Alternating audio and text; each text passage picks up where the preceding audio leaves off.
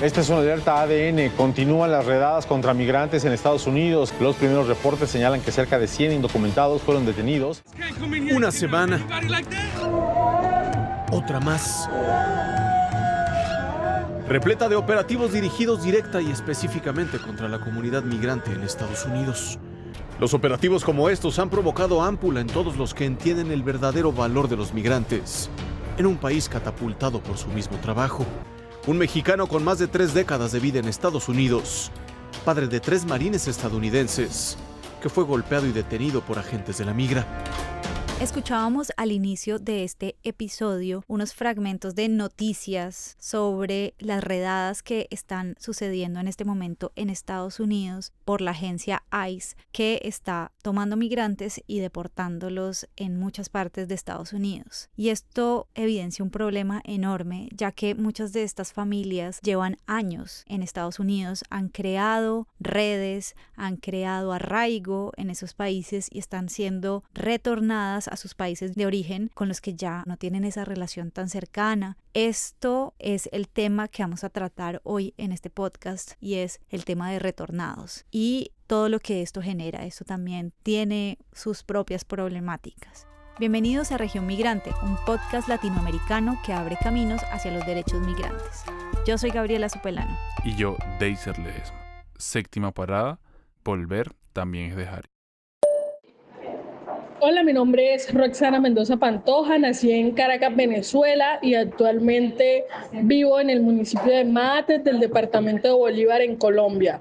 Y les envío un gran saludo a Región Migrante. Gaby, hablar sobre esas deportaciones que están sucediendo actualmente también es hablar de la diáspora latinoamericana y colombiana que se ha convertido en una fuerza de trabajo de muchas potencias, entre ellas Estados Unidos. Y que esos países de acogida se han aprovechado, como hemos hablado a lo largo de todo el podcast, de la integración, de la cultura, de la inclusión socioeconómica, pero que en algún momento llega un ciclo y ese ciclo se cumple algunas veces de una forma humanitaria, otras veces de una manera más voluntaria. Entonces yo quiero que escuchemos este fragmento de Angie Jara. Ella es asesora del CRORI del Valle del Cauca, que es el Centro de Referenciación y Orientación para el Retorno de Colombia, con el programa Colombia nos une, y ella nos va a contar los tipos de retorno que existen. ¿Cuáles son los requisitos para el registro único de retorno? Ser colombiano, mayor de edad, no tener condenas vigentes en Colombia o en el exterior y acreditar la permanencia por más de 3 años en el exterior. Pues iniciamos con el retorno solidario. Este retorno tiene una connotación especial porque lo realizan los colombianos que fueron víctimas del conflicto armado interno en Colombia. De manera excepcional, se les da el certificado, así no hayan cumplido con el requisito de certificar más de 3 años de permanencia en el exterior. El siguiente tipo de retorno es el humanitario. Este es el que realiza el colombiano que se encuentra en una situación de vulnerabilidad que pone en riesgo su integridad física, social, económica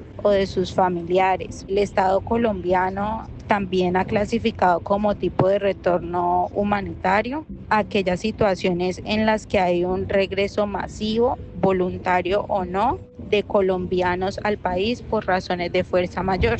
A este tipo de retorno ingresan los connacionales que vienen retornando bajo medidas de la expulsión o deportación de países del exterior. Tenemos el retorno laboral que lo realiza el colombiano con el fin de recibir orientación sobre las rutas para emplear sus capacidades, sus saberes, sus oficios. Es con el Ministerio de Trabajo quien se encarga de plantear las estrategias de acompañamiento laboral para acceder a la orientación ocupacional y la búsqueda de empleo de la población retornada. Tenemos el tipo de retorno productivo que realiza el colombiano con el objetivo de recibir asesoría para implementar una idea de negocio, gestionándola con financiación de recursos ligados al Plan Nacional de Desarrollo del departamento. Y por último tenemos el tipo de retorno académico. Se toma como un retorno voluntario que realiza el colombiano que ha obtenido un título de educación superior en el exterior.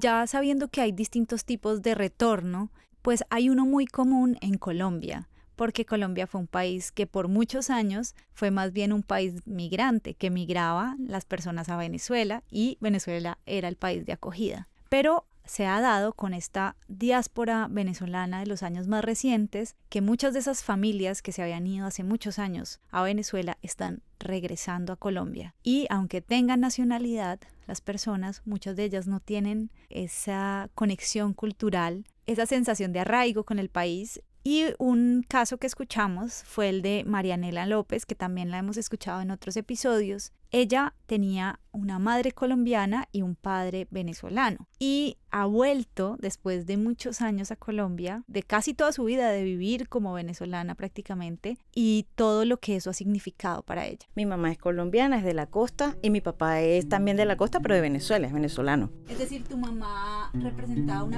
esa migración que había, que era muy común de colombianos. ¿Cuándo se fue ella para Venezuela? Como que los 75, 70 y algo, supuestamente la época de bonanza en Venezuela.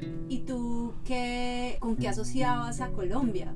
Tal vez un poco de subdesarrollo, porque cuando yo vine en los 80, todavía en la costa, en las casas de mis abuelos, no había luz. Y uno considera pues que de pronto el colombiano se fue a Venezuela precisamente buscando mejoras. Cuando yo digo que yo soy de Venezuela, ay, pobrecita, no sé qué, como que si uno viene prestado, arrimado, y no saben pues que precisamente quienes vivieron la experiencia de la migración fueron nuestros padres, fueron muchos colombianos. Me parece que hay unas personas que desconocen que el colombiano migró allá y que los venezolanos recibimos a muchos colombianos, y no solo colombianos, migrantes del mundo entero. También quiero que escuchemos a Régulo Fernando Gutiérrez. Él vivió mucho tiempo en Caracas, él es oriundo de la ciudad de Cúcuta, en Colombia, pero también buscando oportunidades en esa misma época que Marianela, dentro de los 70, 80, migró a Venezuela, a buscar oportunidades. Actualmente él vive nuevamente en la ciudad de Cúcuta y nos regaló ese testimonio.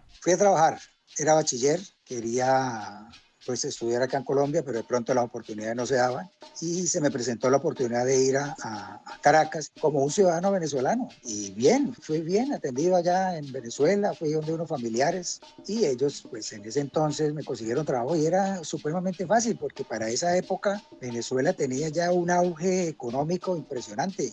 Allá lo que se necesitaba era mano de obra y la mano de obra colombiana era muy buena porque pues acostumbrados a lucharla en todo momento y uno de pelado acostumbrado a eso. Anthony Soto también nos cuenta sobre los contextos educativos que él tuvo que vivir. Él ayudaba a jóvenes a poder reconocerse como lo que eran. Y él contaba que no eran solamente jóvenes nacidos en Venezuela, sino que eran de padres colombianos. Y eso los hacían también colombianos, pero ellos no se identificaban como colombianos. Entonces los convertía en colombianos retornados.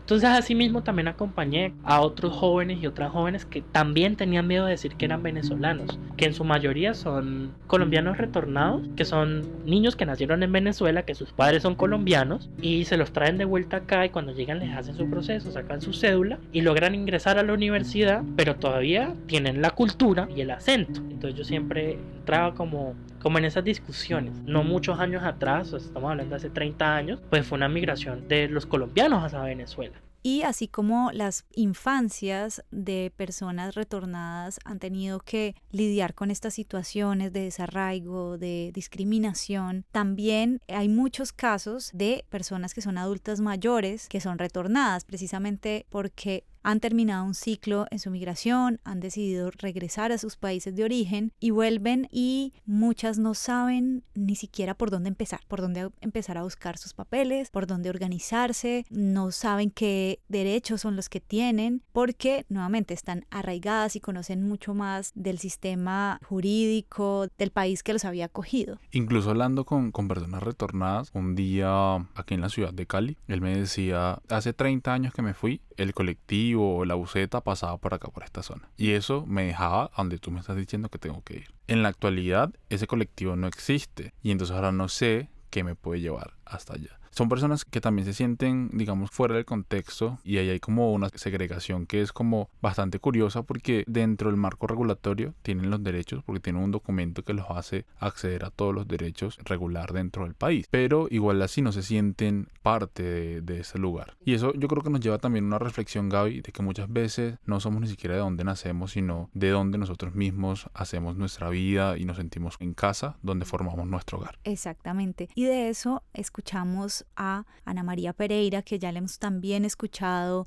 en varios episodios de Región Migrante, que hace parte del programa Voces Viajeras, un programa de migrantes para migrantes que se transmite en Oriente Estéreo, que en este momento seguramente estamos también sonando ahí en Oriente Estéreo porque han transmitido los episodios de Región Migrante. Y Ani nos cuenta de estas problemáticas que viven los retornados adultos mayores en Colombia, pero que sabemos que es una problemática que está presente en muchos países de la región. Por ejemplo, los retornados, en su mayoría los adultos mayores, ni siquiera sabían que aquí hay una oficina donde ellos deben registrarse como colombianos retornados. Eso ellos lo desconocían. Segundo, que les pasa exactamente igual que a los venezolanos, el choque de cultura, porque la mayoría de los colombianos retornados se sienten venezolanos, porque migraron desde muy pequeños y lo que conocen de cultura es Venezuela, estudiaron allá, hicieron sus amigos allá, hablan como venezolanos en su mayoría y eso también les pega, ¿no? Aparte que ellos parece, según algunos testimonios, que consiguen algunas barreras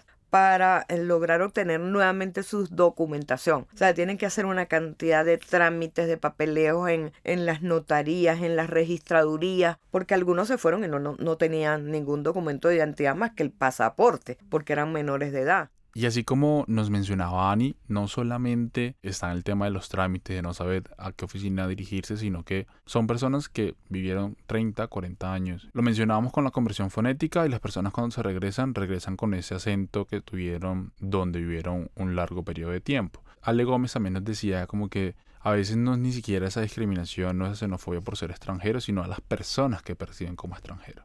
Es decir, si yo hablo como si no fuera de acá, eso me da a que yo no soy de acá. Aunque sí soy de acá, tengo documentación del país donde estoy. También quería mencionar a Angie Jara, que ella es la experta en este tema de retornados, y que ella nos pueda comentar parte del programa y la oferta que ellos tienen para colombianos retornados específicamente, pero que sirve como buenas prácticas para el retorno en otros países de Latinoamérica. Nuestro fin principal como CRORES es realizar articulaciones y con esas articulaciones ir formando un portafolio de servicios que son nuestra oferta a los connacionales pues que vienen en situación de retorno. Es realizar un acompañamiento integral para la reintegración de estos connacionales en el territorio. Y nosotros realizamos orientaciones en rutas de atención institucional, que son asesorías para navegar los servicios del Estado colombiano, como SISBEN, Secretaría de Salud, de Educación.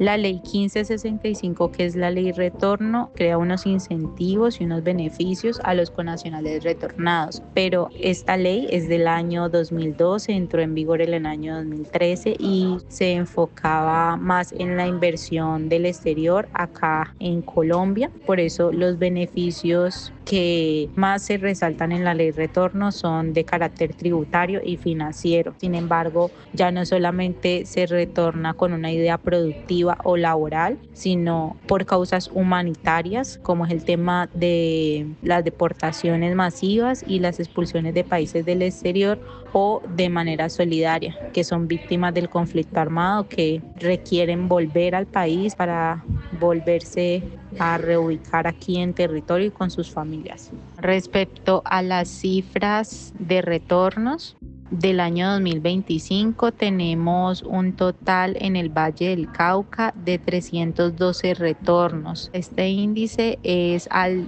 corte del 30 de agosto del 2025 en total, y retornos humanitarios procedentes de Estados Unidos son 212. Entonces, este tipo de retorno ha sido uno de los que exponencialmente ha aumentado la cifra de retornos en el Valle del Cauca por las deportaciones masivas que se están dando desde ese país. Hablando de buenas prácticas en la región, también queremos destacar el caso de El Salvador y Honduras, que han venido fortaleciendo sus programas de atención para acompañar el retorno. En El Salvador, el Viceministerio de Diáspora y la Dirección de Atención a la Persona Migrante Retornada ofrece orientación, apoyo psicosocial, formación técnica y rutas para acceder a empleo. En Honduras está DINAF, se encarga de la atención especializada para niñas, niños y adolescentes que retornan. Y también la Dirección de Protección al Migrante, que coordina la asistencia a nivel nacional.